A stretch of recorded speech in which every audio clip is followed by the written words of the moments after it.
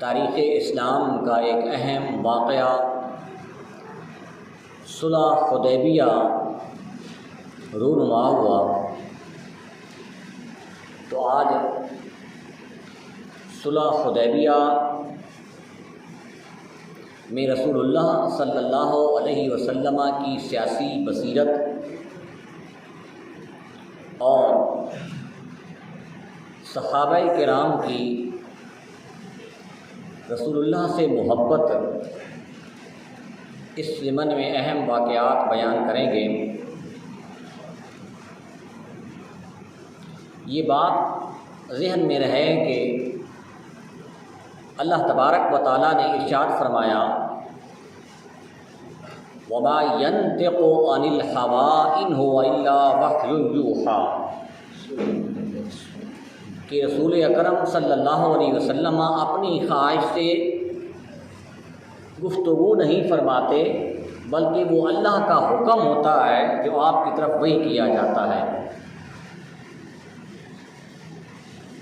صلح حدیبیہ ایک معاہدہ ہے جو رسول اکرم صلی اللہ علیہ وسلم نے کفار مکہ کے ساتھ کیا۔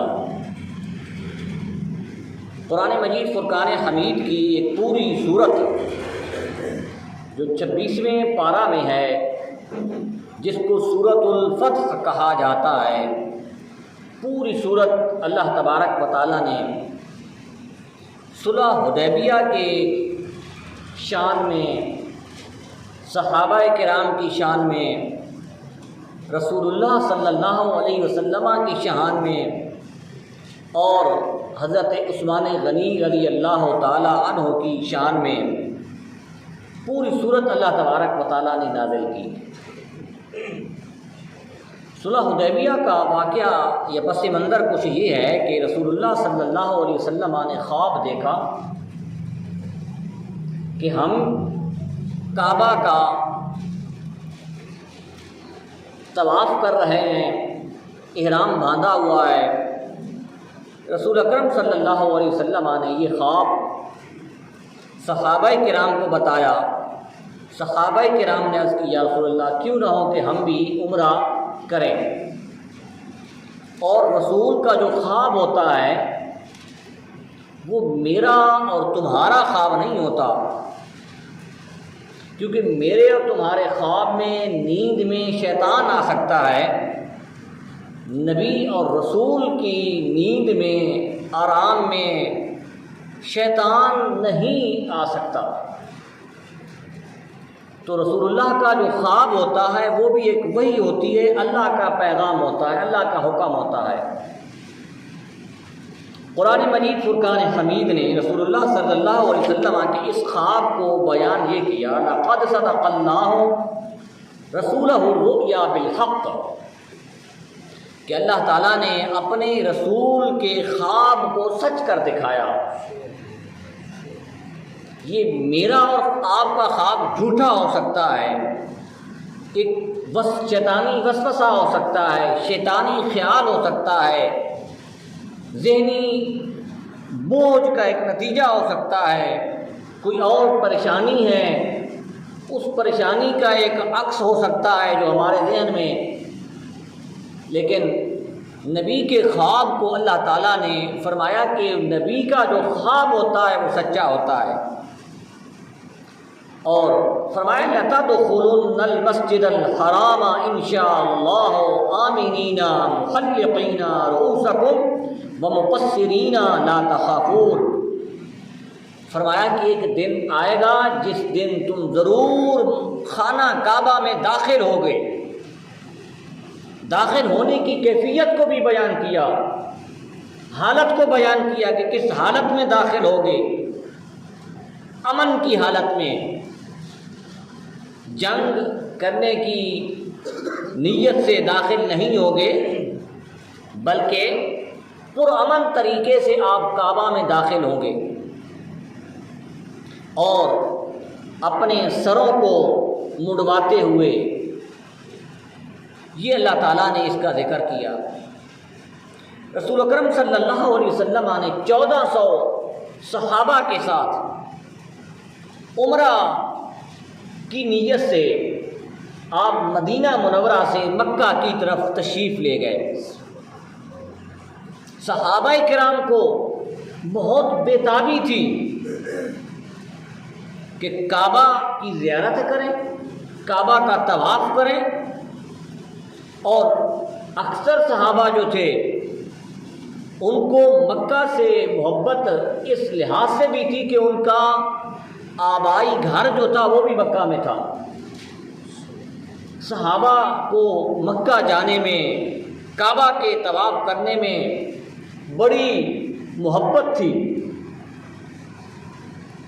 نبی کریم صلی اللہ علیہ وسلم نے ذوالخلیفہ، مدینہ منورہ سے ایک مقام ہے ذوالخلیفہ، وہاں سے احرام باندھا۔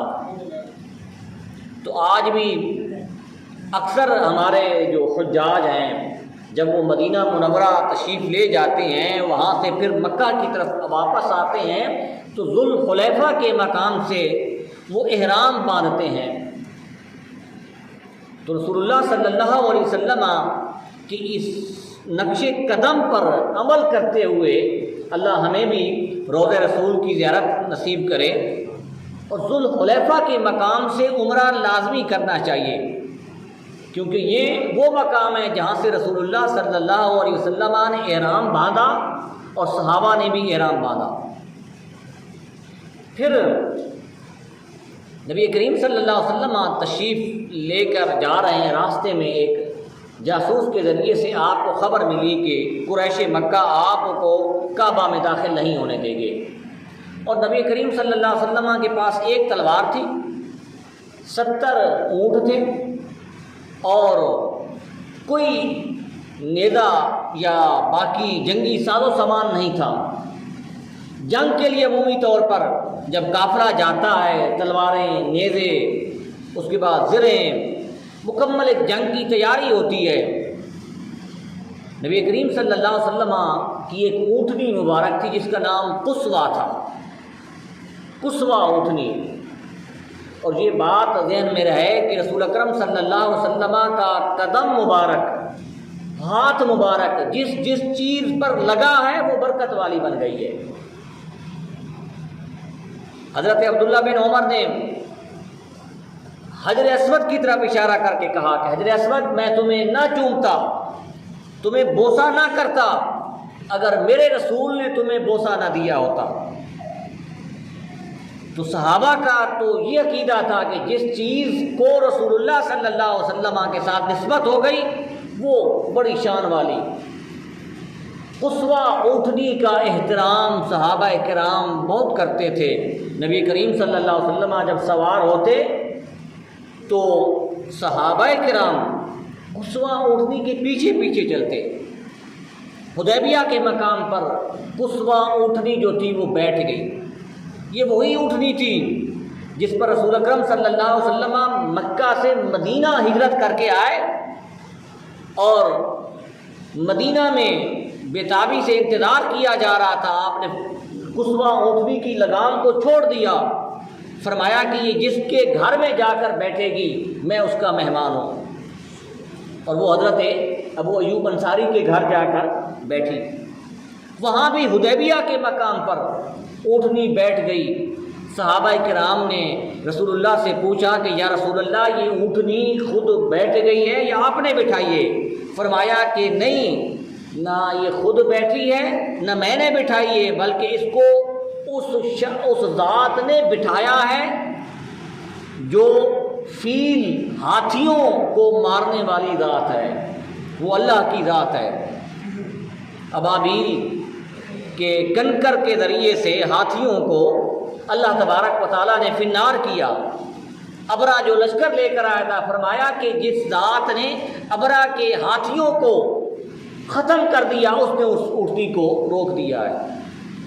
نبی کریم صلی اللہ علیہ وسلم یہاں ٹھہرے۔ آپ کو اطلاع مل چکی تھی کہ کفار مکہ کی کیا نیت ہے، اور نبی کریم صلی اللہ علیہ وسلم کی یہ خواہش تھی کہ یہ مکہ کا جو شہر ہے یہ امن والا شہر ہے۔ مکہ میں رہ کر رسول اللہ صلی اللہ علیہ وسلم جنگ نہیں کرنا چاہتے تھے۔ اس شہر کے تقدس کو، اس شہر کی عزت اور احترام کو رسول اللہ صلی اللہ علیہ وسلم کی خواہش یہ تھی کہ جنگ کے ذریعے سے پامال نہ کیا جائے۔ آپ نے مختلف کفار مکہ سے رابطے کیے، جن میں سے ایک حضرت عثمان غنی رضی اللہ تعالیٰ عنہ کو بھیجا سفیر بنا کر کہ آپ گفتگو کریں، بتائیں کہ ہم جنگ کرنے کے لیے نہیں آئے، ہم تم سے لڑنے کے لیے نہیں آئے، ہمارا مقصد صرف اور صرف کعبہ کا طواف کرنا ہے، عمرہ کرنا ہے، اور اس کے علاوہ کوئی مقصد نہیں۔ ہمارے پاس اونٹنیاں ہیں، ہم اونٹنیوں کو ذبح کریں گے، اور کوئی ہم نہ شہر میں کسی کو تکلیف پہنچائیں گے۔ لیکن کفار مکہ نے کہا کہ نہیں، ہم رسول اللہ کو نہیں داخل ہونے دیں گے۔ حضرت عثمان غنی رضی اللہ تعالیٰ عنہ گئے، اور حضرت عثمان غنی رضی اللہ تعالیٰ عنہ کے بارے میں یہاں جو ہے مشہور کر دیا گیا کفار مکہ کی طرف سے کہ نعوذ باللہ عثمان کو تو شہید کر دیا گیا ہے۔ اب اس پر قرآن مجید فرقان حمید نے جو نبی کریم صلی اللہ علیہ وسلم نے حضرت عثمان غنی کے خون کا، قتل کا بدلہ لینے کے لیے بیعت کی، صحابہ سے عہد لیا، اس کو قرآن نے بیان کیا ہے۔ لقد رضی اللہ عن المؤمنین اذ یبایعونک تحت الشجرۃ فعلم ما فی قلوبہم فانزل السکینۃ علیہم واصابہم فتحا قریبا۔ فرمایا کہ اللہ ان مومنین سے راضی ہے جو درخت کے نیچے، سیرت کی کتابوں میں لکھا ہے کہ ببول کا درخت تھا، یہ کیکر کا ایک ببول ہوتا ہے درخت، اس درخت کے نیچے رسول اللہ نے بیٹھ کر 1400 صحابہ کے ہاتھ پر ہاتھ رکھ کر آپ نے بیعت کی، وعدہ لیا کہ ہم اس وقت تک یہاں سے واپس نہیں جائیں گے جب تک عثمان کے خون کا بدلہ نہیں لیں گے۔ یہ اصل میں اللہ تبارک و تعالیٰ یہ بھی تو بتا سکتے تھے کہ عثمان کو شہید نہیں کیا گیا، عثمان تو زندہ ہیں، لیکن یہاں یہ بتانا تھا، ایک تو صحابہ کی رسول اللہ کے ساتھ محبت، صحابہ کی رسول اللہ کی اطاعت اور فرما برداری کو بیان کرنا تھا کہ نبی کریم صلی اللہ علیہ وسلم نے جو حکم دے دیا صحابہ اس کے اوپر لبیک، اور صحابہ کرام یس اطاعت کرنے والے تھے۔ رسول اللہ کا جو حکم آ جاتا صحابہ کرام چوں چراں کیوں آیا، کیا کرنا ہے، ایسے نہیں کرتے تھے۔ تو اللہ تعالیٰ نے صحابہ کرام کی شان کو بیان کیا، اذ یبایعونک تحت الشجرۃ، درخت کے نیچے جو بیعت کرنے والے لوگ تھے اللہ ان پر راضی ہے۔ آج جو صحابہ کرام کے بارے میں لوگ بری باتیں کرتے ہیں، غلط سوچ رکھتے ہیں، وہ صحابہ ہم سے کئی گنا افضل ہیں۔ آج جتنے بھی مسلمان ہیں، نیک سے نیک تر شخص بھی ایک ادنا سے صحابی کے مقام کو نہیں پہنچ سکتا۔ جس صحابی کی شان قرآن نے بیان کی کہ اللہ ان سے راضی ہے، اللہ ان پر راضی ہے، میں اور آپ ان کے مقابلہ کیا کر سکتے ہیں؟ اس وجہ سے جو مقدس ہستیاں ہیں، اہل بیت، صحابہ کرام، ان کے بارے میں جب گفتگو کریں تو ادب کے دائرہ میں رہ کر کریں، کیونکہ جن کی شان قرآن نے بیان کی ہے، ہم ان کی کیا بے ادبی کریں گے یا گستاخی کریں گے؟ تو وہ کہتے ہیں نا، تھوکنے آسمان پر تھوکنے سے اپنے منہ کے اوپر تھوک گرتی ہے، ایسے ہی ہے۔ تو صحابہ کرام کی کسی اس محفل میں نہ بیٹھیں جی جہاں صحابہ کی بے ادبی اور گستاخی کی جا رہی ہو، کیونکہ اللہ نے یہ بیان کر دیا۔ اب حضرت عثمان غنی کی ایک محبت کا واقعہ بھی سنیں۔ حضرت عثمان غنی رضی اللہ تعالیٰ عنہ کو کفار مکہ نے کہا کہ عثمان آپ آ گئے مکہ میں، آپ طواف کر لیں، آپ کو اجازت ہے عمرہ کر لیں، احرام کھول لیں۔ حضرت عثمان غنی نے کیا جواب دیا؟ کعبہ تھا، اللہ کا گھر تھا، کہا کہ میں اس وقت تک کعبہ کا طواف نہیں کروں گا جب تک مجھے میرے رسول حکم نہیں دیں گے۔ یہ رسول اللہ کے ساتھ حضرت عثمان کی محبت اور عقیدت تھی۔ فرمایا کہ مجھے اس کعبہ کی ضرورت ہی نہیں، مجھے اس طواف کی ضرورت ہی نہیں، جو رسول اللہ کی اطاعت کے بغیر ہو، رسول اللہ کے حکم کے بغیر ہو۔ نبی کریم صلی اللہ علیہ وسلم نے سہیل بن عمر، جنہوں نے بعد میں اسلام قبول کر لیا، اس کے ذریعے سے معاہدہ کیا۔ وہاں پر ایک حضرت عروہ، انہوں نے بھی بعد میں اسلام قبول کر لیا، وہ آئے اور انہوں نے واپس جا کر کفار مکہ کو صحابہ کرام کے حالات بیان کیے۔ کفار مکہ کو کہا کہ تم جو ہے اس رسول کا مقابلہ نہیں کر سکتے۔ کہا کیوں نہیں کر سکتے؟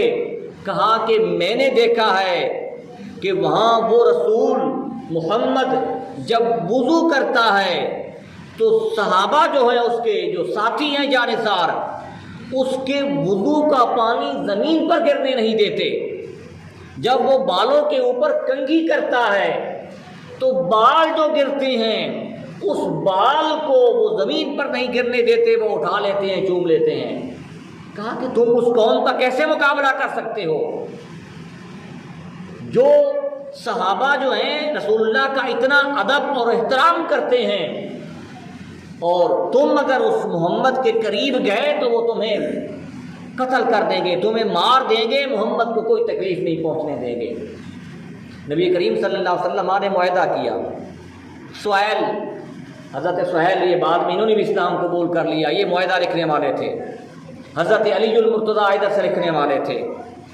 حضرت علی نے لکھا بسم اللہ الرحمن الرحیم، تو وہ کہتا ہے کہ ہم اگر بسم اللہ کو مان لیں تو محمد کو رسول بھی مان لیں گے۔ فرمایا کیا لکھیں؟ اس نے کہا کہ بسم کا اللہم، یہ لکھیں۔ نبی کریم صلی اللہ علیہ وسلم نے کہا کہ یہی عبارت لکھ دو۔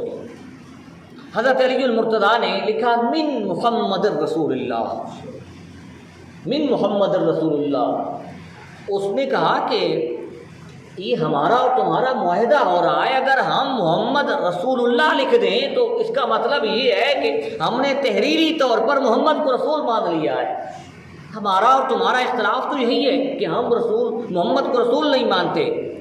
نبی کریم صلی اللہ علیہ وسلم نے حضرت علی کو کہا کہ اس کو کاٹ دو۔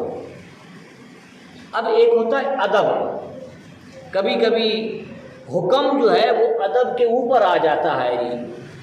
استاد اگر حکم دے شاگرد کو کہ میری سیٹ پر بیٹھ جائیں، تو یہ بھی ہوتا ہے کہ استاد کے حکم مانتے ہوئے استاد کی سیٹ پر بیٹھ جاتے ہیں شاگرد جی۔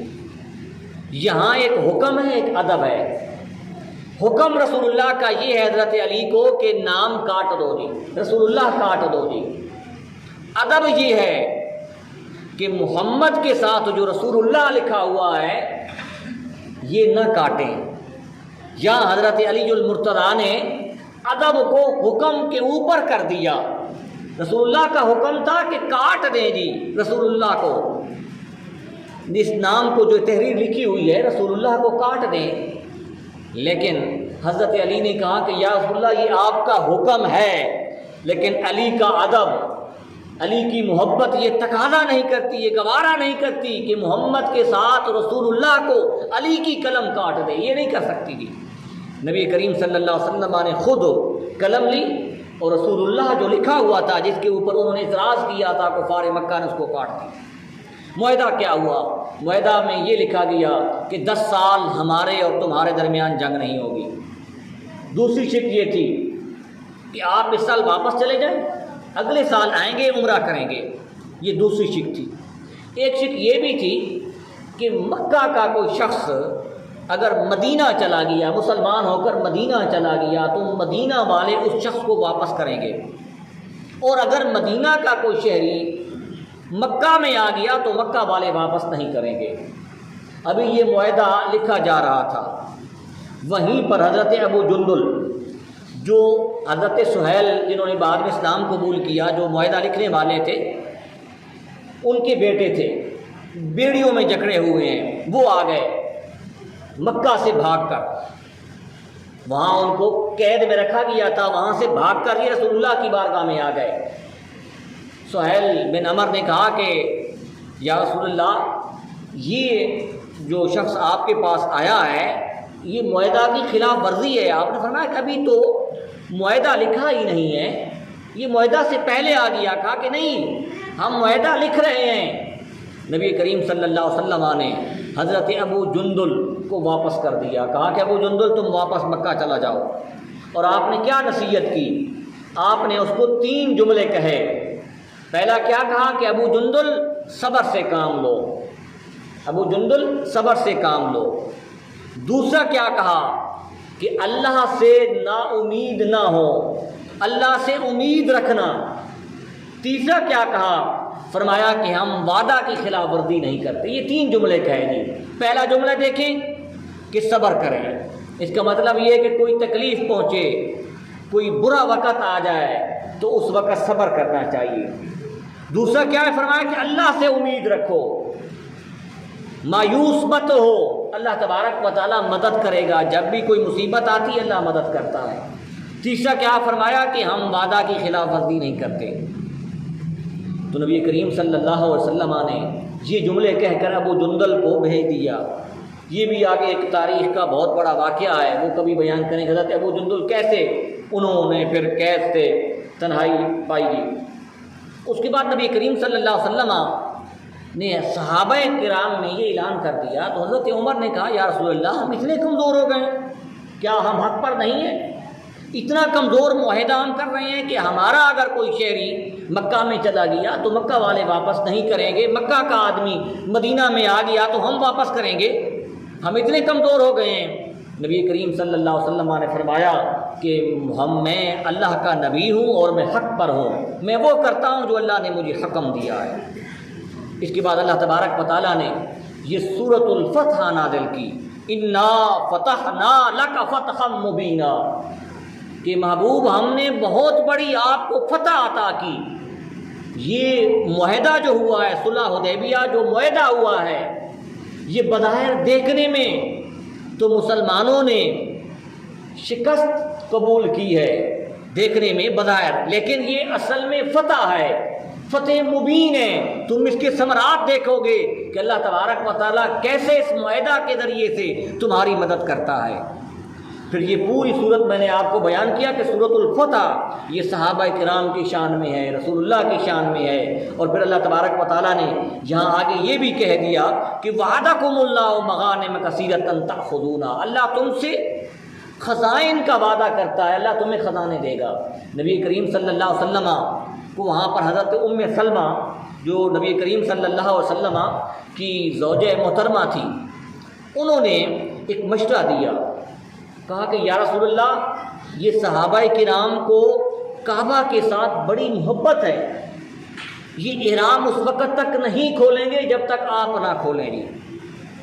آپ ایسا کریں احرام کھولیں اور اپنے سر کے بال اتروائیں اور پھر یہ ہے کہ اس کے بعد اونٹ ذبح کریں۔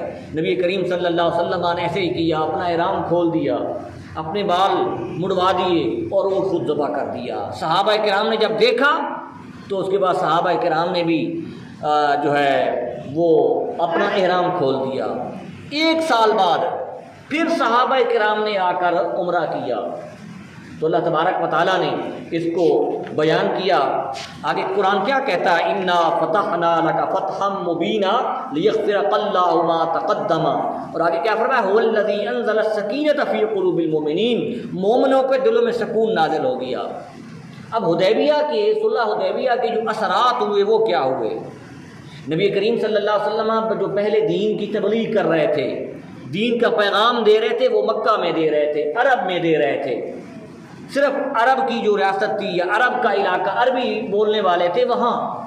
اس کے بعد جب کفار مکہ سے آپ کو امن ہو گیا کہ اب کفار مکہ کے ساتھ ہماری کوئی جنگ نہیں ہونی، نبی کریم صلی اللہ علیہ وسلم نے اس وقت کے جو بڑی بڑی سپر پاور طاقتیں تھیں ان کو اسلام کی دعوت دی۔